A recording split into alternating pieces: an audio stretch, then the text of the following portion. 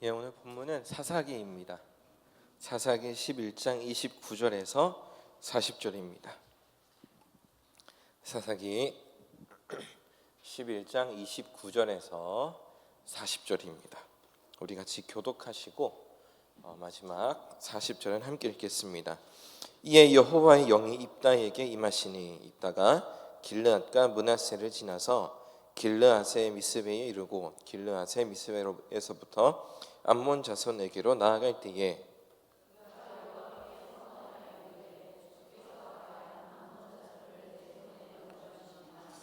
내가 암몬 자손에게서 평안히 돌아올 때에 누구든지 내 집 문에서 나와서 나를 영접하는 그는 여호와께 돌릴 것이니 내가 그를 번제물로 드리겠나이다 하니라.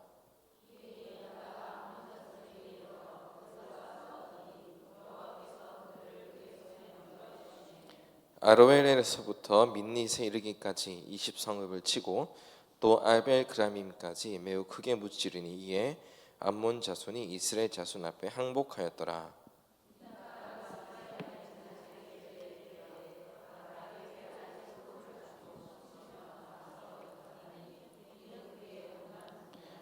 입다가 이를 보고 자기 옷을 찢으며 이르되 어찌하였고 내 딸이여 너는 나를 참담하게 하는 자요 너는 나를 괴롭게 하는 자 중에 하나로다. 내가 여호와를 향하여 입을 열었으니 능히 돌이키지 못하리로다 하니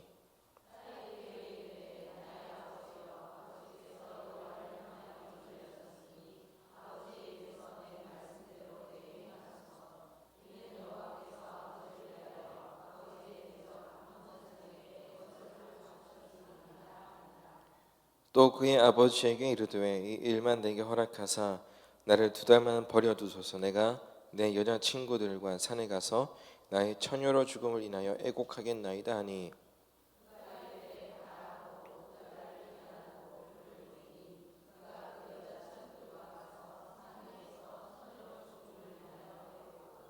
2달 만에 그의 아버지에게로 돌아온지라 그는 자기가 소원한 대로 딸에게 행하니 딸이 남자를 알지 못하였더라. 이것이 이스라엘의 관습이 되어 이스라엘의 딸들이 해마다 가서 길앗 사람 입다의 딸을 위하여 나흘씩 애곡하더라.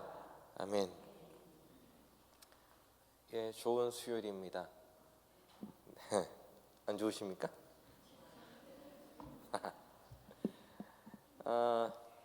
저는 한번 이야기 드렸던 것 같아요. 어느 자리에선가. 저는 연극 보는 거를 참 좋아합니다. 정말로 좋아해요. 처음에는 제가 저희 취향인지 몰랐는데 참 한창 저 나름대로의 폭풍의 신화가 지나가고 있었던 20대 이제 중후반을 지나 즈음에 제가 유일하게 안식처로 삼았던 것이 한 달에 한 번 저 혼자 대학로에 가서 연극 보는 시간이었어요. 제4의 벽이라고 하죠. 이 무대에는 제4의 벽이 있습니다. 뭔지 아세요? 여기가 강단과 그런 무대라고 하죠. 무대와 관객 사이는 되게 짧지만 그러나 벽이 있는 것처럼 이 관객들이 보이지 않는 것처럼 이 배우는 여기서 연극을 하는 중인 거죠. 제4의 벽을 앞에 두고 배우들이 보여주고 있는 그 모습을 저 역시도 자세히 꼼꼼히 뜯어서 봅니다. 심장 소리가 들릴 때도 있더라고요. 신기하죠? 땀으로 젖은 의상들과 또 침을 튀기며 정열을 다해 뱉어내는 목소리를 경청합니다. 발음부터 억양, 호흡, 대사를 뱉어내는 속도, 시선, 또 발의 움직임들, 또 상대 배우의 손을 잡을 때, 허리를 감싸 안을 때, 또 무대의 이쪽 끝에서 저쪽 끝으로 움직이는 동선, 또 소품들의 배치와 또 조명들이 켜지고 꺼지는 순간들, 또 음악의 크기와 공간의 온도와 습도, 또 그것들을 치밀하게 계산한 흔적들, 극전후 관계자들의 이벤트와 시선을 끄는 노력들. 연극 보시면 알겠지만 극전후에 그 대표하는 분이 와서 이벤트도 열고 뭐 추첨도 하고 그러거든요. 그런 노력들 하나하나가 무엇 하나 무의미하게 진행되는 것이 연극에는 없습니다. 연극을 이야기했으니 저는 또 무엇을 좋아하냐면 넷플릭스 보는 거 너무 좋아합니다. 목사님이 무슨 넷플릭스냐 하실 텐데 여러분 이제는 그런 시대가 아닙니다. 여러분 넷플릭스 페이지에 영화와 드라마가 올라가기까지 여러분 얼마나 심도 있게 논의되는지 알고 계십니까? 물론 그 영화들 중에는 좀 경계해야 될 것도 물론 있지만 그러나 일반적으로 넷플릭스에 올라가기 위해서 그 영화는 참 제법 노력해야 되고 넷플릭스도 아무튼 진중하게 논의해야 되겠죠. 좋은 드라마의 경우에는 대사 한마디, 영상의 필터 하나, 배경음악을 선정하고 그것을 트는 타이밍과 들어가는 부분, 또 그리고 나오는 부분, 또 작품의 온도를 결정합니다. 그런 것들이 또 삶을 다루는 작품 하나하나에 들어간 작가와 또 연출자의 각고의 노력, 그리고 행간의 의미와 또 단어와 쉼표 사이의 의미까지도 자기 몸으로 체득하여서 기막히게 소화하여 보여주는 이 배우들의 각별한 노력들, 여러분 이것들 읽어낸다라면 이 드라마에 대하여 우리가 편견을 가질 필요는 없습니다. 제가 더더구나 그것을 이해하는 것은 여러분 제가 있었던 제가 교육전도사로 명성교회에서 사역할 때에는 교육전도사님들이 1년에 2번 이제 교육부서를 위해서 드라마를 촬영을 해요. 그러니까 해보고 나니까 이게 보통 어려운 일이 아니다라는 사실을 알게 돼요. 드라마와 연극 같은 것들, 그 의도와 어떤 가려진 것들 읽어낼 수 있는, 해석할 수 있는 힘이 있다면 이것은 오히려 참 좋은 수단이 될 텐데 19세기 신학자 칼바르트가 한 손에는 성경을 한 손에는 신문이라고 하여서 그것이 이제 지금 목회자의 덕목처럼 여겨져서 신문을 봐야 된다 막 이렇게 아직도 이야기하는 분이 계시는데 그렇진 않고요. 신문을 다른 매체들로 대체할 수 있어요. 신문이라고 하는 것은 세상의 소식과 정보를 정리하여서 전달해 주는 거잖아요. 세상의 소식들과 이 삶이 어떠함에 대하여 오늘 이 시대에 이야기하고 있는 매체들은 너무나 다양합니다. 그것들을 선별하여 볼 수 있는 해석하는 능력이 우리에게 필요하지 신문을 봐야 된다라는 이 고집은 내려놔야 되는 거예요. 그래서 저는 죄송하게도 때로는 청소년 아이들을 만날 기회가 있거나 하게 되면 웹툰 봐라, 넷플릭스 봐라 라고 이야기할 때도 있어요. 이 맥락 때문에. 하여간 논쟁거리는 가급적 적게 이야기하면서 저는 한 드라마를 소개해 드리려고 하는데요. 보여주십시오. 오늘 안 나오나요? 이거 사진? 그렇죠. 이거 보셨어요? 보신 분 손 자신 있게 드세요. 저한테는 자신 있어도 됩니다. 우리 같이 공유합시다. 우리 한번 이거 가지고 모임할까요? 제가 이걸 본 이유는 1번 고윤정 때문이다. 2번 다른 이유 때문이다. 뭘까요? 1번 아닙니다. 틀리셨어요. 고윤정 너무 좋은 배우죠. 그러나 저는 이거를 왜 봤냐면 김선호 씨 때문에 봤습니다. 저는 김선호를 너무 좋아합니다. 언제부터 좋아하느냐? 김선호가 조연으로 출연한 드라마가 있는데 제가 또 좋아하는 남자 배우 누구 있죠? 기억하셔야 됩니다. 여러분 이야기 때문에. 누가 맞추셨어요? 멋있습니다. 제가 남궁민을 너무 좋아하는데 남궁민의 베스트 오브 베스트 김과장, 이 김과장 드라마의 말단 직원으로 김선호가 나와요. 기억하는 분위기, 그런 반응 좋습니다. 저랑 공감대가 형성되기 시작하는군요. 보면 거기서는 김선호가 꺼벙하게 나와요.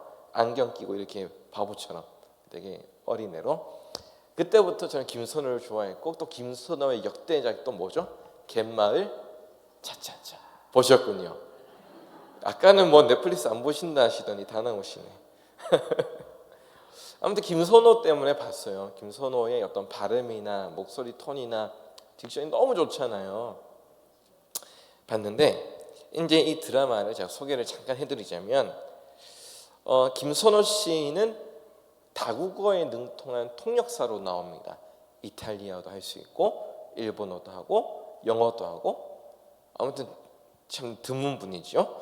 또 고윤정은 한순간에 이 세계적인 스타 도라미가 된 그런 배우로 등장을 해요. 그런데 이 사랑 통역되나요? 이 드라마의 핵심 가치를 담고 있는 대사가 있어요. 대사. 이 김선호 씨와 김원혜 씨가 나누는 한마디의 대화 안에 이 드라마의 가치가 담겨져 있어요. 아니, 마침 보니까 김선호 씨와 김원혜 씨가 김가장에 같이 출연했었거든요. 하여간 김선호 씨가 여기에서 뭐라 이야기를 하냐면 김원혜를 찾아와서 이제 헤어지는 길에 이렇게 이야기를 합니다. 여기 보여드리면 좋겠지만 방법이 없어가지고 제가 읽어드립니다. 나중에 드라마로 보세요. 전에 사람들은 다 각자의 언어로 말한다고 하셨죠. 그런데 저는 그 사람이 하는 말을 잘 못 알아들을 것 같아요. 여기서 그 사람은 고윤정을 의미합니다. 호의로 알아듣고 다가갔는데 아니라고 밀려났습니다. 거절로 알아듣고 피해줬더니 굳이 이렇게 찾아와서 저렇게 하는 게 다시 시작되는 호의인지 거절에 대한 미안함인지 잘 모르겠습니다. 그러니까 이 고윤정이 김선호에게 하는 반응들과 행동들에 대하여 김선호 씨가 이해가 안 됩니다. 어떻게 하면 좋습니까? 묻고 있는 거예요. 그랬더니 김원혜 씨가 못 알아듣겠다니 답답하네겠네. 그런데 못 알아두는 채로 그냥 둘 건가? 통역사라는 사람이 모르는 말이면 공부를 해야지. 단어도 순서도 느낌표인지 물음표인지 자네가 쓰는 말이랑 다를 텐데 잘 들여다보고 잘 해석해봐. 멋지지 않습니까? 아닌가 보군요. 제가 전달에 괜찮습니다. 잘 들여다보고 잘 해석하는 것이 사랑이야. 그러니까 가서 조금 더 고윤정 씨를, 여기서는 이름이 생각이 안 나네요. 극중 이름이. 이 고윤정 씨를 잘 살펴봐. 차무희 씨를 잘 살펴봐. 이렇게 이야기를 하고 있는 거예요. 개인 씨 좀 이렇게 마음에 여운이 남아서 저에게 잘 들여다보고 잘 해석해야 될 사람이 있을까 고민을 해봤더니 마침 어제 사건이 발생을 했어요. 두 사람이 있는데 정확히는 두 녀석이에요. 그 사진 한 번만 보여주시겠습니까? 네, 저희 딸하고 아들입니다. 저희 딸하고 아들, 이번에 작년 성탄절 이제 크리스마스 케이크 앞에 두고 찍은 사진인데 저 두 녀석을 이해하는 거에도 잘 들여다보고 잘 해석해야 되겠더라고요. 이제는 어제 어떤 일이 있었냐면, 이제 내려주셔도 됩니다. 아들 표정이 좀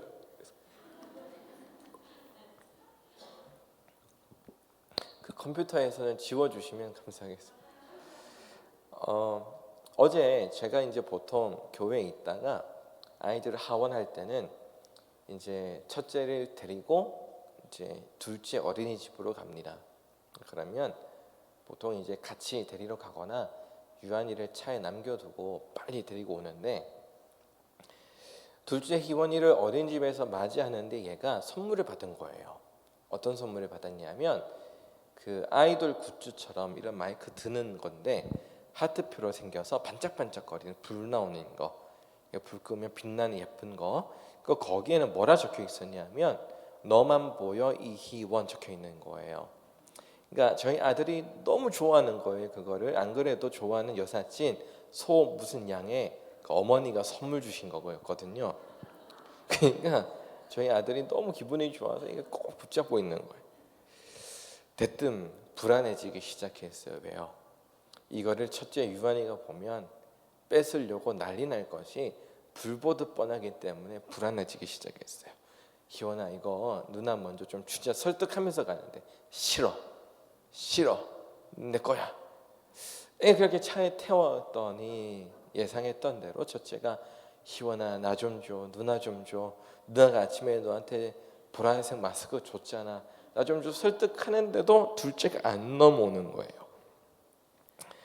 안 넘어오니까 이제 첫째가 막 울고불고 난리가 나는 거예요. 뒤집어지고요. 달래지지가 않습니다. 희원이를 둘째를 조금 어르고 달래도 안 되는 거예요. 집에 올라와서도 안 돼요. 집에 오자마자부터 샤워를 시키고 애들 옷을 갈아입혀 주는데 영 되지 않는 거예요. 그래서 조금 텀을 두고 고민을 했죠. 고민하다가 묘안이 생각이 났어요. 꼬셔야 되겠다.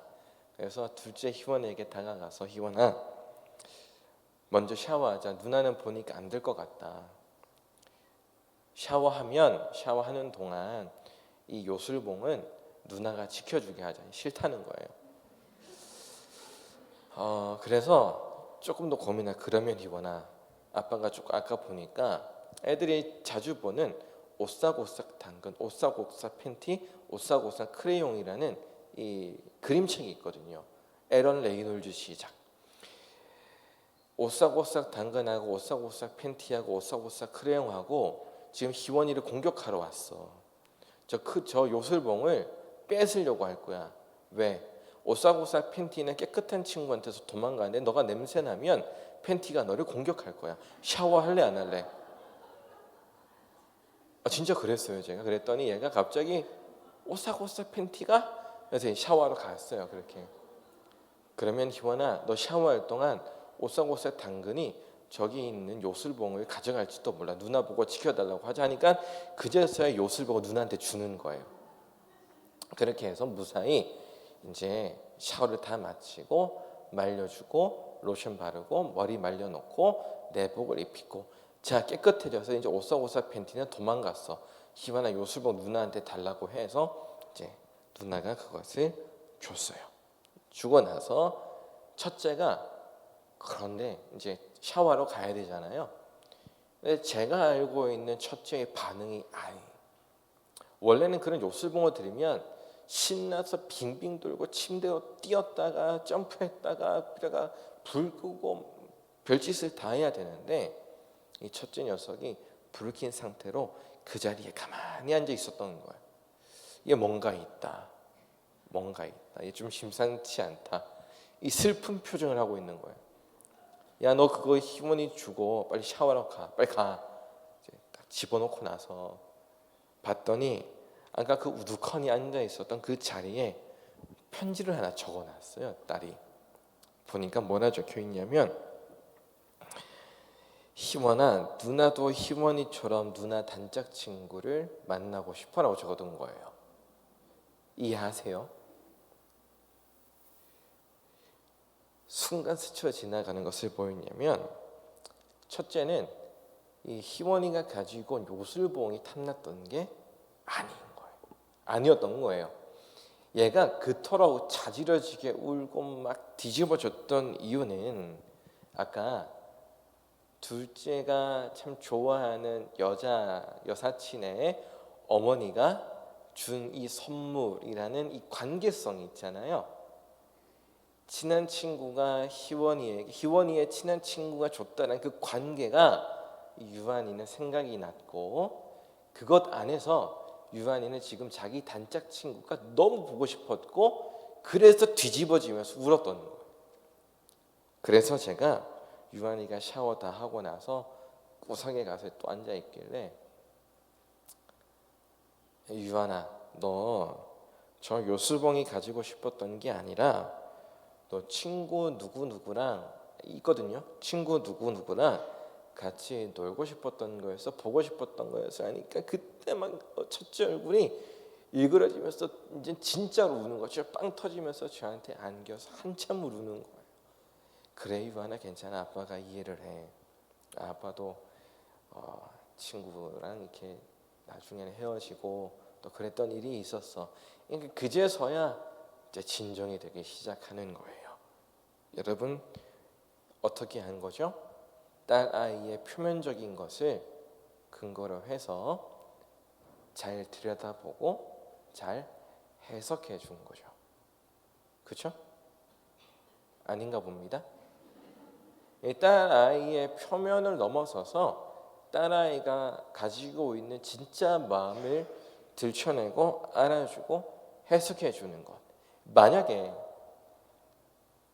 그게 뭐라고 너네가 울어?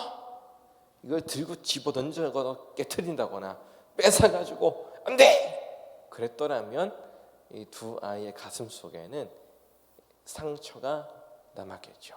왜? 이게 깨져서가 아니라 아빠가 자기들의 마음을 몰라준 거니까. 표면적 현상 아래에 있는 본디 전하고 싶은 마음을 읽어주는 것이 여러분 무엇입니까? 사랑인 겁니다. 그죠?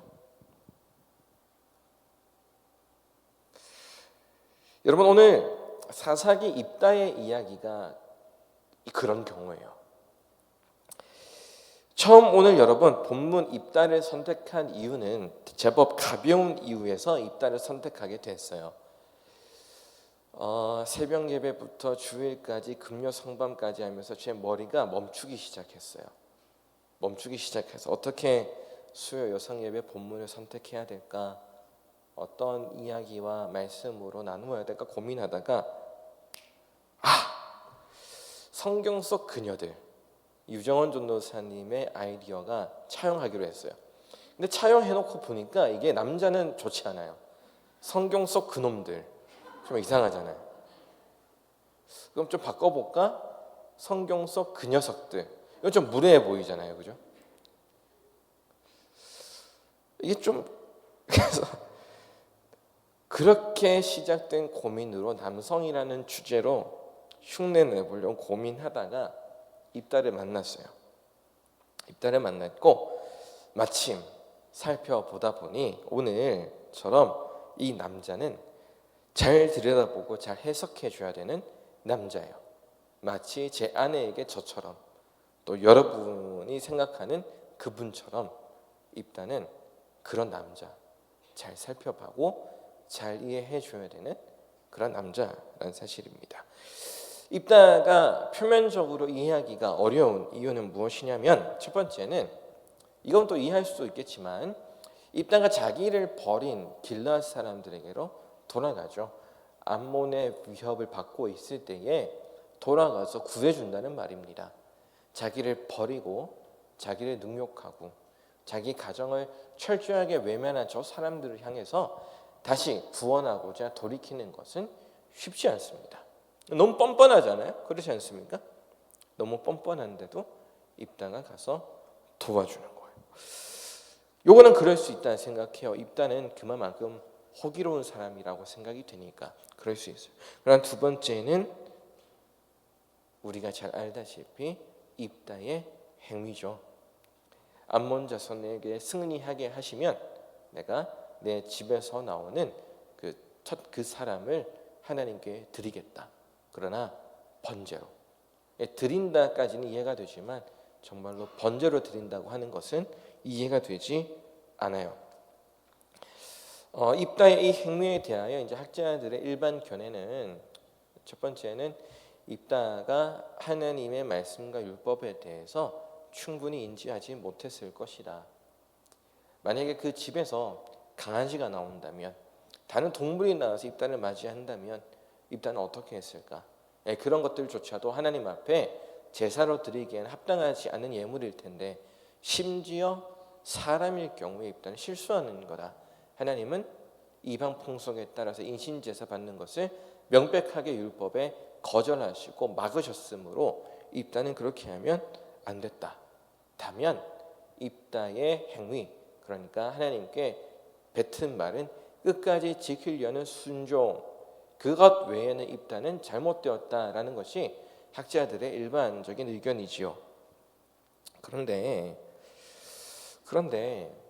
이게 조금 저에게는 불충분했어요. 왜 불충분했냐면 입다가 하나님께 그런 잘못된 서원을 사람을 드리는 것을 전제로 한 이 서원을 드리는 첫 시작은 무엇이었냐면 입다가 이 호기로움에 한 것이 아니라 그 앞절에 본문 앞에 보게 되면 오늘 본문 첫 절 9절에 보게 되면 여호와의 영이 입다에게 임하셔서 그 맥락 안에서 입다가 서원을 하기를 내 집 문에서 나오는 그 첫 사람을 하나님께 번제로 드리겠다라고 한 거거든요. 하나님의 임재가 율법을 어긋나는 잘못된 결정을 일으킬 수 있나요? 라고 질문한다면 고민할 것 없이 그게 아니라고 이야기를 해야 됩니다. 이 본문을 가지고 혹여나 누군가가 하나님의 영이 임하시면 사람을 드리기도 해야 돼, 가장 좋은 것을 드려야 돼, 이런 식으로 이야기를 하면 그분은 사꾸라입니다. 이 본문은 그걸 이야기하려는 게 아니라는 이야기죠. 명백히 사람을 제물로 드린 것은 하나님의 법에 위배되므로 여호와의 영이 임하셔서 입다가 이런 결정을 내리는 데에는 표면적 이유를 넘어서서 그 아래에 있는 하나님이 이야기하고자 하시는 본질적인 이야기가 있다라는 사실을 우리가 캐치할 수 있어야 되고, 두 번째는 히브리서 11장 32절에서 입다를 하나님의 믿음의 조상으로 언급하고 있기 때문이죠. 만약에 입다가 정말로 하나님의 뜻에 위배된 이런 결정들을 했던 거라면 히브리서가 입다를 이야기하지 않았겠죠. 그렇다면 한 번 더 이제 우리가 입다의 삶을 해석해낼 수 있어야 됩니다. 잘 들여다보고 잘 해석. 입다라는 이 못난 남성을 사랑할 수 있어요. 사랑. 그것은 제가 여러분에게 오늘 이야기 드리고 싶은 것은 입다의 삶과 선택이 하나님의 삶을 닮았어요. 하나님이 우리를 향하여 내리신 결정들을 닮았다라는 사실입니다. 자신을 거절한 사람들을 끝끝내 찾아오셔서 사랑한다 말씀하신 것, 함께하자 말씀하시는 하나님, 길르앗, 자기를 거절한 길르앗을 구원하러 간 입다의 모습과 자신을 거절한 우리를 끝내 찾아오신 하나님의 움직임이 닮았죠. 그리고 언약하신 것을 폐기하지 않으시고 자기 아들을 십자가에 못 박아 주심으로 인간을 향한 자신의 사랑 확증하시고 자신의 언약을 이행하신 하나님의 사랑이 입다가 끝까지 지켰던 그 순종과 언약을 이행하는 것과 닮아있죠. 이 사람을 제물로 드리는 이방의 풍토를 결코 용납하지 않으시는 이 자신이 제정하는 율법을 어기시고 기어이 지성소와 성소 사이 휘장을 가르시면서 새로운 길을 여신 그 사랑, 비상식적이고 비사회적이고 비율법적인 결코 이해하고 넘어가기 힘든 그 사랑을 우리는 경험하고 있어요. 누구를 통해서요? 예수 그리스도를 통해서 하나님은 그 사랑을 보여주시고 입다의 삶에 이야기하셨다는 사실,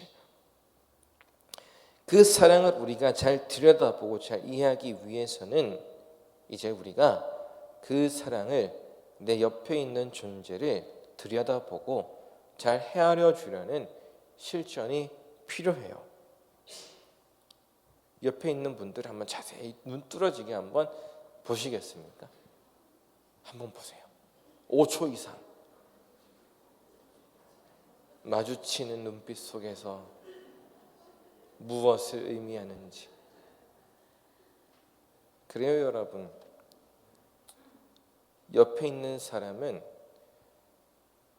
제 자녀도 이해해야 되는데, 제 자녀도 오래 보아야 이해하고 그 내면을 이해해 줄 수 있는데, 여러분, 전적으로 타인된 우리가 서로를 그리스도의 사랑으로 덮으려면 이해가 필요해요. 시간이 필요해요. 그래서 신앙은, 믿음은 오히려 이성적입니다. 이성과 믿음은 연결이 되어 있어요. 이해가 돼야 믿을 수 있고요. 이해가 돼야 사랑할 수 있어요. 사랑해서 이해하고 사랑해서 믿기도 하지만 반대로 이해하고 지식이 쌓이고 데이터가 쌓여야 사랑할 수도 있어요. 이게 연결되어 있는 거예요.